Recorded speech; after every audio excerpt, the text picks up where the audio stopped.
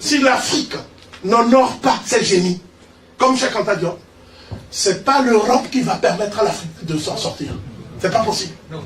Et c'est d'ailleurs la raison pour laquelle eux-mêmes nous disent qu'il ne faut pas étudier Cheikh Anta Diop. C'est même la raison. Et en général, quand ils vous disent de ne pas faire quelque chose, il faut faire. Voilà. Et inversement. Voilà. Bon, donc, qu'est-ce qui a fait cette doctrine? Ce sont de très vieilles doctrines de Nubie qui sont exposées dans ces textes-là que nous appelons les textes funéraires, mais en fait, ce ne sont pas des textes funéraires.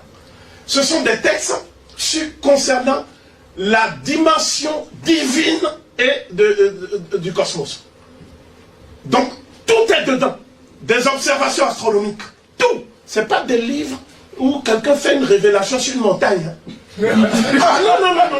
Il y a tout dedans. Astronomie, tout cela. Tout est dedans. Donc, observation parfaite de la nature. Depuis l'élément minéral, l'élément végétal, etc., etc. Donc, le texte qui émane d'un grec qui a été honnête, n'est-ce pas, ce que Diop appelle les savants de bonne foi, et dit que c'est de la région du Soudan que les Hanous, voilà le peuple soudanais, qui est à l'origine de cette spiritualité qui a précédé de 2000 ans Moïse. D'accord?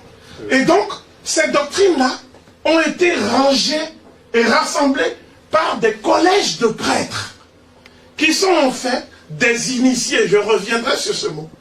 Et ces collèges de prêtres-là sont dans plusieurs écoles.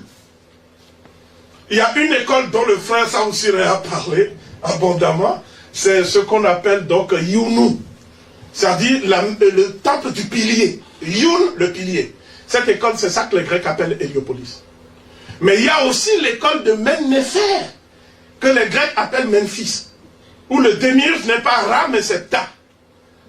Et il y a l'école de Kemenou, ce sont là les noms authentiques égyptiens, que les autres appellent Hermopolis, et dont le démiurge c'est Djehouti. N'est-ce pas?